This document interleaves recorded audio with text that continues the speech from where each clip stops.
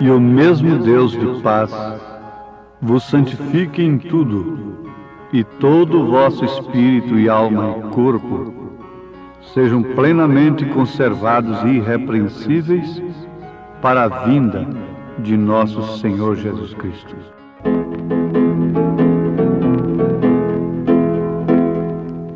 Ouvintes amados, o programa que nós vos apresentamos nesse instante tem um objetivo especial de levar bênçãos para as pessoas de um modo tríplice: corpo, alma e espírito. Deus não veio para salvar somente a alma, e nem tampouco somente o corpo, o espírito, mas sim corpo, alma e espírito. Por isso, Ele exige de nós, através das Escrituras Sagradas, a consagração, a santificação destas três coisas, que formam o homem: corpo, alma e espírito, ou corpo, espírito e alma. Você pode fazer 3 círculos, um dentro do outro. O de fora é o corpo, o do meio é o espírito e o de dentro é a alma. A alma é a natureza do espírito. Agora, o corpo compõe de 5 sentidos: visão, olfato, paladar, tato, audição. São 5 sentidos. O espírito dispõe também de 5 sentidos: a imaginação, o afeto, a memória, a razão, a consciência. Porém, a alma dispõe de apenas um sentido. Este é a fé ou a dúvida. Vejamos então inicialmente, em síntese, como que a mensagem verdadeira que o povo precisa ocupa do homem em todos os seus sentidos. Porque é o caso daquele moço que deseja uma esposa para si. É lógico que ele deseja que ela lhe dê o seu coração, mas ele quer também o seu corpo. E a prova de que ela lhe deu o seu coração é que ela também vive para si e entrega também o seu corpo, a sua vida para ele, de uma maneira legítima como esposa. Assim também é a igreja e Cristo. A igreja somos nós. A igreja é você. Não pense que a igreja é aquela grande catedral com a grande torre ali no centro da cidade. Não, a igreja é você. Às vezes aí dentro de um ranchinho, dormindo num colchão de capim, numa manjedoura, aí está a igreja de Jesus Cristo. O corpo no qual ele habita. Ele não habita em templos feitos por mãos de homens. Ele habita em templos feitos por suas próprias mãos. Ele é o criador da sua igreja. Ele é o fundador da sua igreja. Quem fundou a igreja de Jesus não foi um grande santo, não foi São Pedro, não foi São Paulo, não foi nenhum sacerdote, nenhum sumo pontífice daqui da terra de uma organização religiosa. Foi ele próprio que fundou a sua igreja, noiva desde antes da fundação do mundo. como você estava nos lombos de seu pai.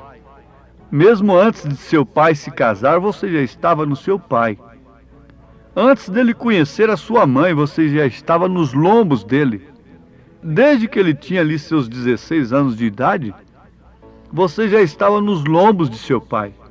Não importa se ele se casou com 30 anos de idade e você nasceu quando seu pai já tinha 32 anos de idade, ou quantos anos tivesse. Mas você já estava nos lombos de seu pai. Assim também são os filhos de Deus. Nós estávamos nos lombos de Deus, do nosso Pai, desde antes da fundação do mundo. O nosso nome deve estar escrito no livro da vida do Cordeiro, desde antes da fundação do mundo, não num rol de membros de uma organização religiosa. Agora, notemos isto com precisão e com interesse, porque os dias são maus e convém que as pessoas saibam discernir toda a causa do mal, para que assim possam também discernir o bem e se apegarem ao bem, aborrecendo ao mal. O evangelho que dispensa o corpo é uma prova cabal de que é um evangelho mental. Ele não desceu à alma. Agora aqui nós temos na carta aos Hebreus, capítulo 9, o que Paulo descreve sobre os sacrifícios do santuário, por causa de suas imperfeições, deviam repetir-se, mas o de Cristo é o único porque é perfeito. O que mostra São Paulo? Vocês podem ler aos Hebreus capítulo 9, versículo 10. Vocês vão encontrar perfeitamente o tabernáculo que Moisés fez lá no deserto. Tendo a porta, o altar de bronze, logo uma fonte, logo tinha outra porta, porque você passou pela porta do átrio. Depois então entraria na porta do santuário, do lugar santo. Ali o penitente encontrava o candelabro de 7 lâmpadas, encontrava o altar de ouro, incenso, a mesa do pão, tudo isso, mas como átrio.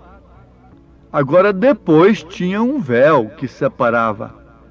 Paulo disse isto.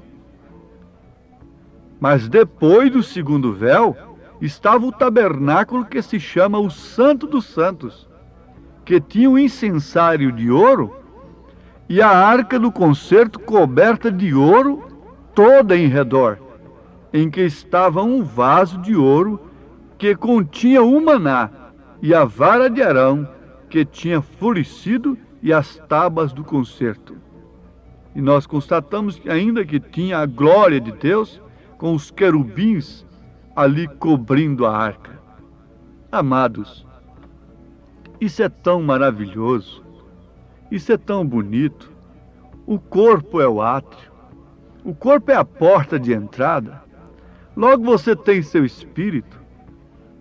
Aqui você pode aceitar muitas coisas de Deus e crer em Deus, mas não passar de um crente mental. Naquela hora da luta, da dificuldade, na hora de revelar o temperamento do cristão, você descobre que lá dentro de você tem uma coisa que te irrita, tem uma coisa que te leva a pelejar, a porfiar, a entristecer, a ciumar, a julgar mal, a procurar se defender. Tem uma coisa lá dentro que sai de dentro para fora, contrariando aquilo mesmo que você tem ouvido e tem crido no seu corpo, na sua mente, na porta e no espírito, nos sentidos. A maioria dos cristãos são cristãos de sentido apenas. São cristãos intelectuais, porque as mensagens que o povo tem ouvido são mensagens fabricadas em escolas de pensamentos. Isso não pode ser, isso nunca foi evangelho. Somente a palavra de Deus tem poder de penetrar passar por essas etapas e penetrar até a medula da alma para discernir os pensamentos. É a espada de dois gumes que tem que entrar em você, ferindo os seus sentidos, ferindo a sua carne, mortificando a sua carne, se é que você deseja ser uma verdadeira cristã, um verdadeiro cristão. Aquilo que está lá dentro é que vai responder. É uma fagulha de Deus. A alma que vem de Deus é uma fagulha de Deus dentro do homem. Aquilo é o cerne. A madeira tem a casca às vezes igual a da outra, mas uma tem um miolo podre, ocado. Mas a aroeira, por exemplo, tem um cerne duro. Esse é o cristão. Às vezes somos rodeados das mesmas fraquezas, mas quando chega no cerne, aí é diferente. Há uma estaca que levanta ali dentro e diz: não, sou uma filha de Deus, sou um filho de Deus, portanto, esta oferta de Satanás não é para mim. Isso foi o que o diabo encontrou quando ele ofereceu o mundo todo para Jesus Cristo lá no deserto. Pois sim, e é isto que ele encontrou na verdadeira igreja, quando ele, o próprio Satanás, estava lhe oferecendo apoio durante as eras, através do imperador Constantino. A verdadeira igreja tinha essa estaca, porque o evangelho que ela tinha não ficou somente no átrio, não ficou somente na porta, mas penetrou o véu adentro. Quando Jesus Cristo morreu no Calvário, o véu foi rasgado de alto a baixo. E Paulo disse na sua carta aos Hebreus, capítulo 10, versículo 19: tendo, pois, irmãos, ousadia para entrar no santuário pelo sangue de Jesus, pelo novo e vivo caminho que ele nos consagrou pelo véu, isto é, pela sua carne, e tendo um grande sacerdote sobre a casa de Deus, cheguemo-nos com verdadeiro coração, em inteira certeza de fé, tendo os corações purificados da má consciência e o corpo lavado com água limpa. Retenhamos firmes a confissão da nossa esperança, porque fiel é o que prometeu. Isto é Bíblia. Quando este evangelho desce à alma, quando esta palavra penetra até a medula da alma, deixa de ser um evangelho cauterizador de consciência, um evangelho que diz apenas que Jesus Cristo salva, cura e batiza com o Espírito Santo, mas um evangelho que rasga o véu, que rasga a carne, que rasga os sentidos, que contraria as opiniões próprias, que joga o Saulo do seu cavalo, do seu pedestal, por terra, que derruba o homem dos seus pensamentos próprios, de suas interpretações religiosas. Quando o evangelho chega, quando essa palavra penetra, que tipo de cristão diferente isso produz. Cristo fala através daqueles lábios, pensa através daquela mente, vê através daqueles olhos, atua no seu temperamento. Aquele que tem nascido de novo, nova criatura é. As coisas velhas se passam, tudo se faz novo, e não fica um povo vendido a homens, a líderes, a cura divina, a negociata da cura, a emoções, as sensações, mas se tornam em crentes cuja casca já foi trabalhada, já foi polida, está no cerne da aroeira, ali tendo agora o alimento sólido, não leite, um leitinho fraco para crianças, como Paulo disse aos Hebreus capítulo 5, porque devendo já ser mestres, pelo tempo ainda necessitais de que se vos torne a ensinar quais sejam os primeiros rudimentos das palavras de Deus, e vos haveis feito tais que necessitais de leite, e não de sólido mantimento, porque qualquer que ainda se alimenta de leite, e não está experimentado na palavra da justiça, porque é menino. Mas o mantimento sólido é para os perfeitos. Essa mensagem que eu vos anuncio é para os perfeitos, é para quem suporta a sã doutrina, é para quem não tem comichão nos seus ouvidos e por isso não amontoam doutores para si, conforme suas próprias concupiscências. Paulo diz: mas o mantimento sólido é para os perfeitos, os quais, em razão do costume, têm os sentidos exercitados para discernir tanto o bem como o mal. Hebreus capítulo 5, seus últimos versículos. Que tipo de cristão, quando a palavra passa pela porta da mente, passa pelo átrio e entra na alma? O que tinha lá naquele lugar santo? A arca. A arca simboliza o nosso coração. Dentro da arca tinha as leis de Deus. Dentro da arca tinha o vaso dourado do maná que não desvanece. Dentro da arca tinha a vara de Arão, que reverdeceu e deu fruto depois de estar seca. Como nós estávamos secos e fomos reverdecidos pela água do Espírito, pela palavra do Espírito. Ali estava a glória da Shekinah, a luz que não apaga, ininterrupta, nenhuma que apaga e depois acende. 7, vem uma, depois vem outra, 7 eras da igreja está aí, senhores incrédulos. Está aí dentro da Bíblia, mas lá está o Santo dos Santos. Quem tem entrado o véu adentro está à prova de ruído, como Abraão estava à prova do ruído de Sodoma e de Gomorra. Ló estava gemendo por causa dos pecados de Sodoma, mas Abraão nem estava os contemplando. Ló estava lutando, reunindo, fazendo reuniões de sodomitas para receber os anjos, para salvar anjos, para fazer isto e para aquilo, como um justo na verdade.